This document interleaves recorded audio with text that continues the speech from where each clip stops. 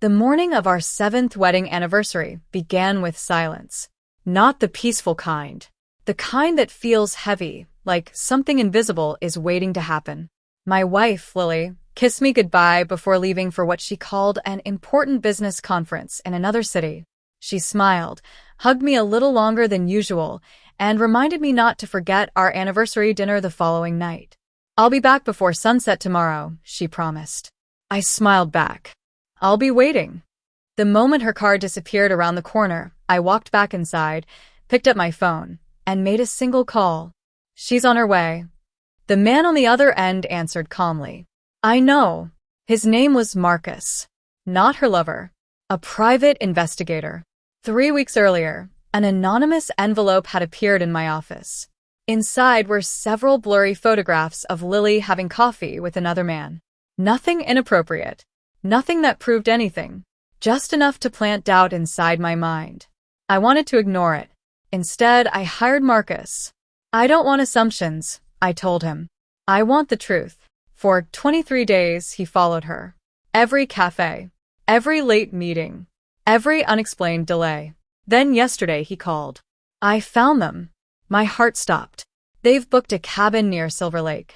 I thanked him, ended the call, and stared at the wedding photo hanging on the wall. The smiling couple in that picture no longer felt real. That evening, I drove toward the lake. Rain covered the windshield as darkness swallowed the highway. The small wooden cabin stood alone among tall pine trees. One car. Not hers. Another black SUV beside it. The lights inside were on. Laughter drifted through the open window. I walked closer. Every step felt heavier. Then I looked inside. Lily wasn't kissing another man. She was crying. The man sitting across from her reached into his jacket and handed her a folder. "I can't keep hiding this anymore," he said quietly. She nodded. "I know." He wasn't her boyfriend. He was her biological brother. A brother she had spent 28 years searching for after being separated during childhood adoption. The folder contained hospital records, adoption papers, and old family photographs. I felt the ground disappear beneath me. Marcus had misunderstood everything. And so had I. Ashamed, I turned away before they saw me. I drove home without saying a word. The next evening, Lily returned carrying a small wrapped gift. "You look exhausted," she said. I forced a smile. "I have something to tell you." She placed the gift on the table. "So do I." Inside the box was an old family photograph.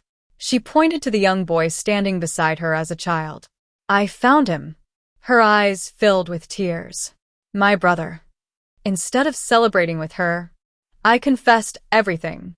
The investigator. The suspicion. The cabin. The spying.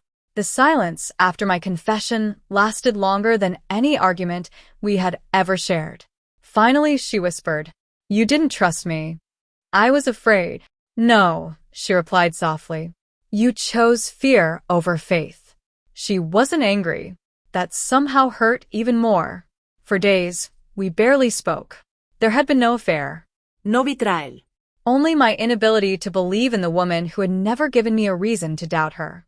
Trust, once cracked, doesn't always break loudly. Sometimes it fractures in complete silence. Months later, we started marriage counseling. It wasn't easy. Forgiveness never is. But little by little, we rebuilt what suspicion had nearly destroyed. Looking back, I learned something painful. Sometimes the greatest mistake isn't being betrayed. It's betraying someone who is innocent, simply because fear convinced you they weren't.